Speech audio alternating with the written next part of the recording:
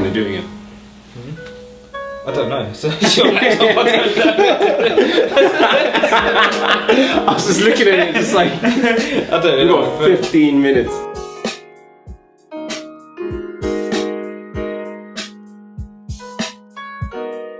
Alright, so this is our Kingdom arc reviews. Yep. This is the Alliance arc Mm. and the Third Faction arc. Yep.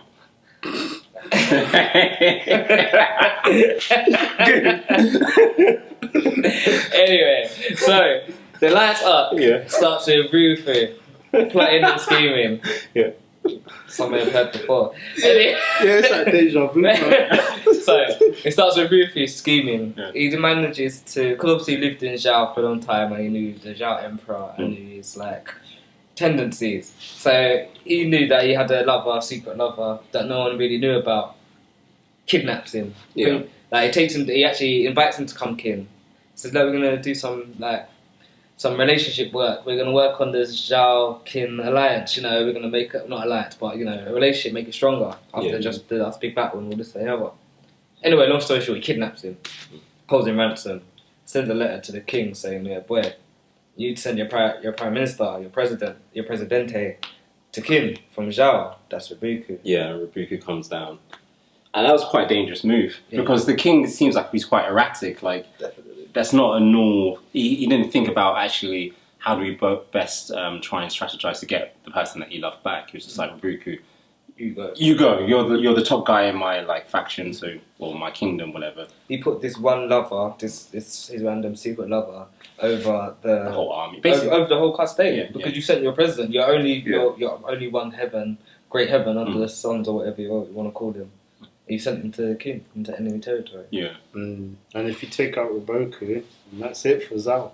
that's it for the whole Done. kingdom Yeah. storyline. Yeah, basically the main villain of the storyline dead. Mm. So yeah, Raboku goes over there, but it was obviously a risky move. But I like the way that he spins it when he does get over there. Yeah. So He does. he approaches when he first enters like the kingdom. Everyone can see the aura of Raboku, but also people recognize the aura of Rofu. How do you pronounce his name? Yeah, Because they both come off as experienced people, powerful, exactly, with presence. And when they both see each other, they burst out into laughter. Obviously, It's tense. It's an tense. awkward situation. Yeah, yeah. And both just start laughing. It's hilarious. Yeah, because he just killed Oki. Yeah, because even before that, like just before that, Shohei, he took Shin aside and he was like, "Shin, when I give you the word," him and Oh, yeah. Kyokai, he was like, "When I Yes. give you the word, Yeah. you lot cut my man in half." Yeah. That was his bitches. I was like, "Yes," and Shin was like, "What? Nah, man, I don't do them things." It's like, that's dishonourable. Yeah, man, I'll buck him on the battlefield. I'll do my thing on the battlefield. I'm not gonna do it in some dirty, underhanded way. How can I face General Oki in heaven like that? Really deep, because Shin don't. He's deep. But the thing is, everyone else felt the same, but everyone else, not on Shin's side, everyone just wanted to jump on him. Yeah, they did, Yeah. because as soon as he said that, he said, "I was only doing that out of respect since Yeah. he gave you a glaive." Yeah. But there's many other people here. And as he said that, Toe came through with all the generals. Yeah, true. He's like, but actually, Mobu came through first. Yeah. Huge Mobu just walked past with a sword bigger than Shin. Then all the generals came past, and in the background, they were like, "Is it the Shomu or the Goma?" Like, Kyoko was like, "Look, there's assassins there as well." So they were ready to kill Rabuku at any time. But like, he was giving a little heads up, like, say, this could go south. Yeah. And we could just kill this guy right here. Mm. But then we go back into the meeting, into the Back in there. Emperor's Hall, and it's just like mad tense, and they're just broken it with their laughter. Mm. The reason And Rofu even told him to come over was Yeah. like an intelligent thing. Is like, I'm gonna appraise him because I'm a merchant, so I know goods. Yeah. So when I see this person, I'll be able to tell what sort of person he is. Yeah. And when he's sort of having this conversation before they get down to the deal, it's like, what do you want? Innit? What sort of person are you? I heard this, that, and the other. And he's like, do you know what? I'm the sort of guy that just wants to go back to the countryside and protect my people. Yeah. That's what I want to be. Yeah. I'm not really on this warfare. Mm. And Rufu starts laughing and saying, "This is what you're telling me. You're trying to take me for like a fool, isn't it? Like you're trying to say like you're just some simple guy. Yeah. Nah, you see, because of that reason right there, I'm gonna kill you. That reason right there, I'm gonna kill you. Not because you try to make me a fool, but because you can't be bought. Because you're not greed. There's nothing for me to manipulate with you. Yeah, So yeah. therefore, True. you're outside of my understanding. Therefore, you have to die. Mm. And that was deep. So it showed you Rufu's Yeah, mentality like straight mentality, away. But that's when he switched it on the play. He was like, "Well, I come with a little president." Yeah, yeah. He pulls out a map, and even like the old guy, one of Rufu's pillars was like, wow, Oh, yeah. what's he coming with? Like, you know, he thinks he's got a plan. Yeah. And he says, yeah, all right. Right now, he does the whole thing of, I'll be the military leader of Qin, and I'm the military leader of Zhao, and he speaks from each perspective, and he ends up telling them basically what he should do, and that's when he proposes the alliance. And to everybody in the room, everyone's like, do you know, it's kind of a good deal, you know, because we're not fighting each other, we can take out Wei, they can take out whoever, we can do what we need to do. Yeah. Ends up like, Refuse looks at him and says, nah, rejected. Rejected ASAP. He's like, I want more than that. I'm a merchant. I want more than that. So I want this. I want like it's that big city, Canyon. Yeah. And if it's not that, then like you're dead. You have to like negotiate. Yeah. And he was trying to offer other cities like that and there. And he was like, nah. He stood firm. He was like, nah, this is the city I want. I don't want anything else. And it just showed how he was able to climb up being a merchant to the position he is now. Yeah. He's very good at negotiation. Yeah, and he doesn't budge. But what was interesting as well throughout that whole exchange is that Sai was in the background. Yeah. And didn't say a thing. And I don't even think Rebecca noticed him either. It's true, actually. Yeah, because it wasn't even... Because he said he's trying to be in the background purposely, but no one, as you said, no one noticed him. Like, it didn't really matter if he was there or not. He was just a figurehead. Might as well just been a doll. Yeah, exactly. No, definitely. I think with Rufu and like being sort of the dominant presence there, nobody sort of would look at he says like, I'm trying to play this back role on purpose, but no one look at me anyway. But I'm going to do it anyway because eventually in the future you will be my pagan. You know what I mean? I'm going to take you up. Yeah. So it was intelligent the way he did that. Yeah. Now the Rufu third faction. Oh yeah. That was it was a small arc. It was short, really. Yeah. So he what's the name? Not Hyo. Issei. I keep saying Hyo.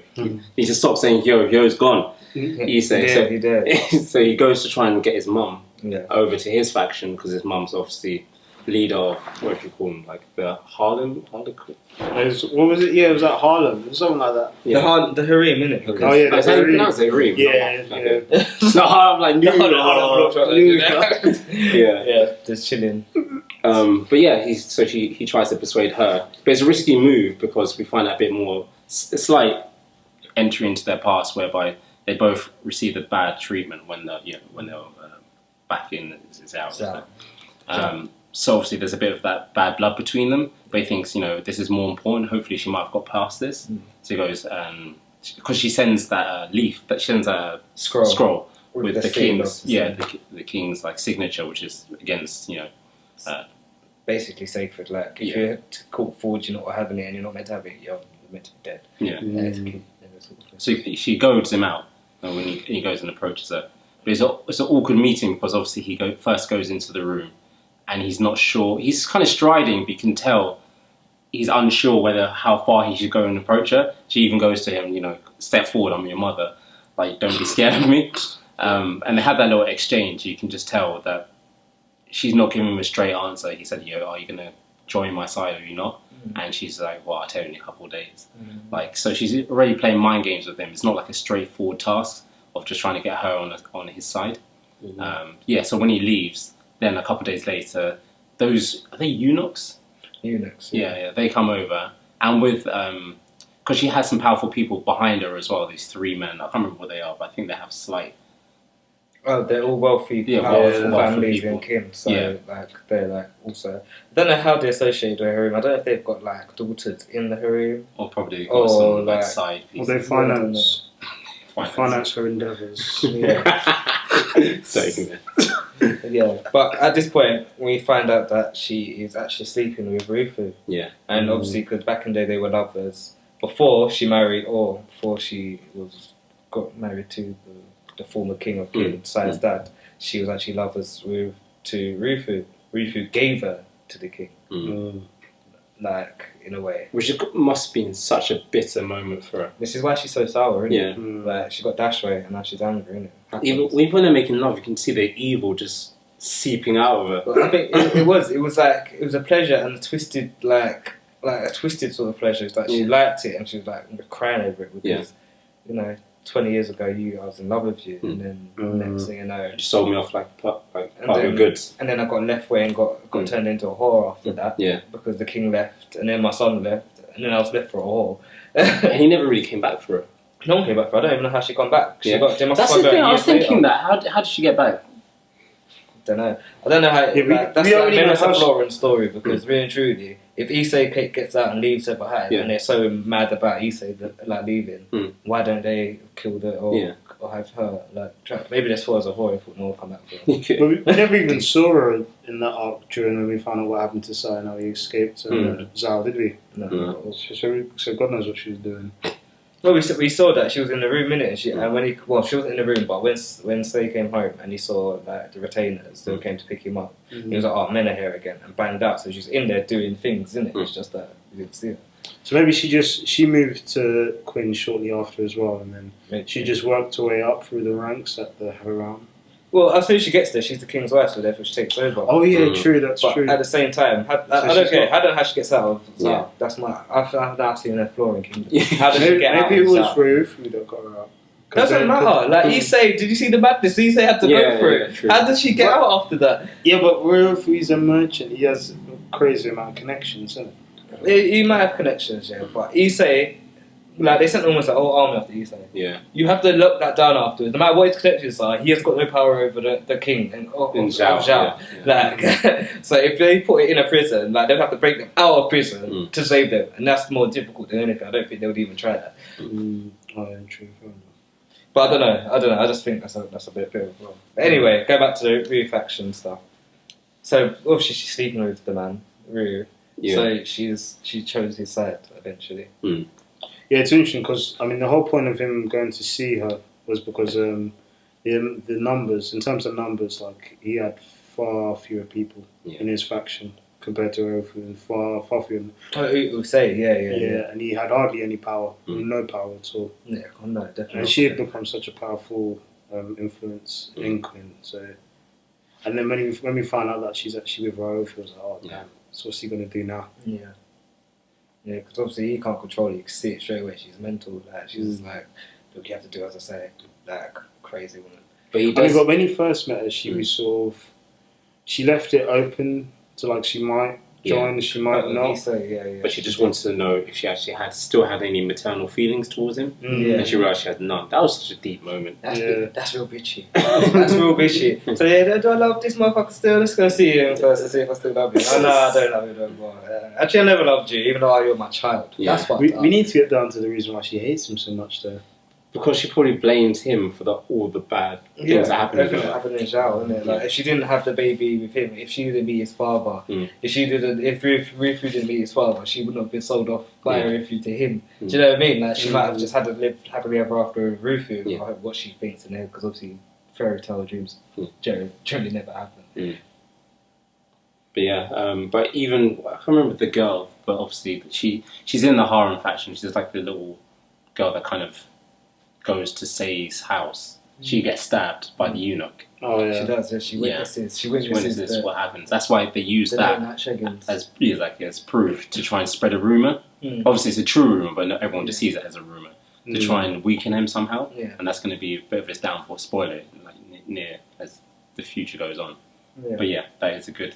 They just show that although he is clever and powerful and has a lot of influence and a lot of political clout, he still does have flaws. And he's that's the first moment where you realise he's trying to maintain those flaws. Yeah, no, he's still human. He's still a juggling, isn't it? You know, he's doing this so he could get more power because he's just trying to swamp Issei because obviously it's still a time frame. Yeah, it's a double-edged sword. He's got 5 years before Issei becomes crowned and becomes the emperor. Yeah. And come of age, becomes an adult, and therefore get lots of more people flock to his side in terms of those fence sitters. So he's just trying to, it's a power. He's just trying to get more power.